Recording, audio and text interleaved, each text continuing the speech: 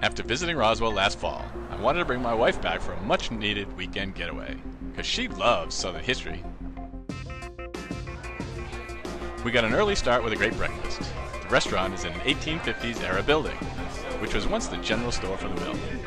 The server told us the building is haunted and that Roswell is famous for paranormal activity and ghost tours. An added bonus for my wife. She wanted to tour the 3 antebellum homes that Roswell is famous for. We purchased a trilogy pass which allowed us admission to all 3 plantations. We started out at Bullock Hall and found, much to my surprise, there are deep ties to the United States presidency and the Roosevelt family. We knew Georgia was special to FDR. Everything from the architecture to the family museum was authentic to the Old South. From there we went to Barrington Hall, another example of what everyone thinks of as a true plantation. This is where Roswell first started, and there is so much history that I can't begin to get it straight. We decided to take a break for lunch before seeing the Smith plantation. Of course we took a quick look at all the shops and galleries along Canton Street. She would have been cool to keep on shopping, but I was hungry. This weekend was all about my wife, so when she chose to eat at Party Chic, I was happy to miss the game as long as I could eat.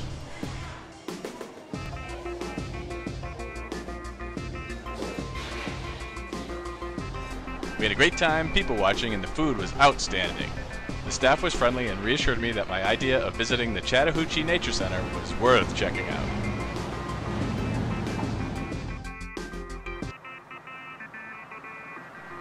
The Nature Center was much more than we expected. I read the construction was LEED certified and knew it was highly educational, but the depth and quality of the displays were awesome.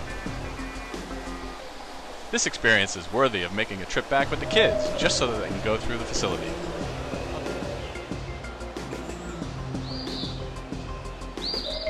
I'll check in on opportunities like the Nature Exchange and classes before our next visit.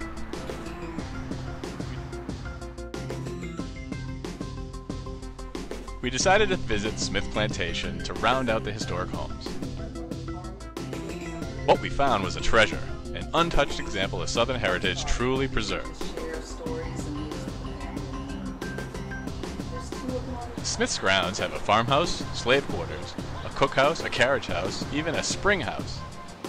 It's amazing it withstood the Civil War and decades of development. After that we went to the hotel, cleaned up, relaxed, and made it to dinner. Our dinner choice was easy. My wife had seen an Alton Brown show that talked about the restaurant Relish and their fried black-eyed peas. I love anything fried, so it was a no-brainer for me. Also, the old building was once a funeral home. Very cool. Our dinner was fantastic. The food was excellent and the wine was good too. Unfortunately, I didn't get there to tickets.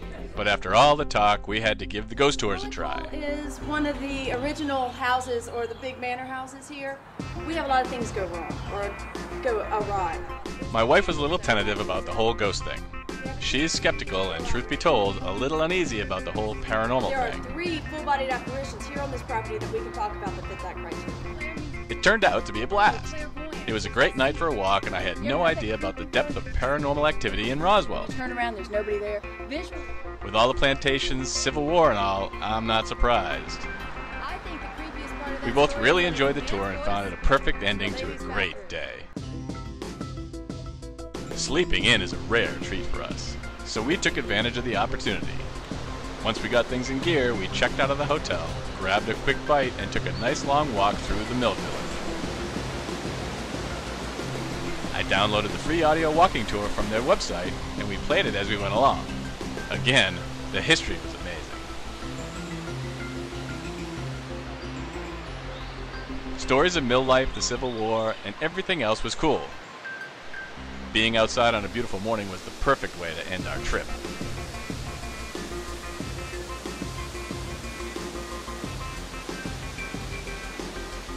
We were picking up a cup of coffee for the drive home when we met a couple of bikers. They mentioned Roswell was the only city in Georgia to be designated a national bicycle-friendly community. We're definitely planning on coming back with the kids and next time spending the weekend on our bikes.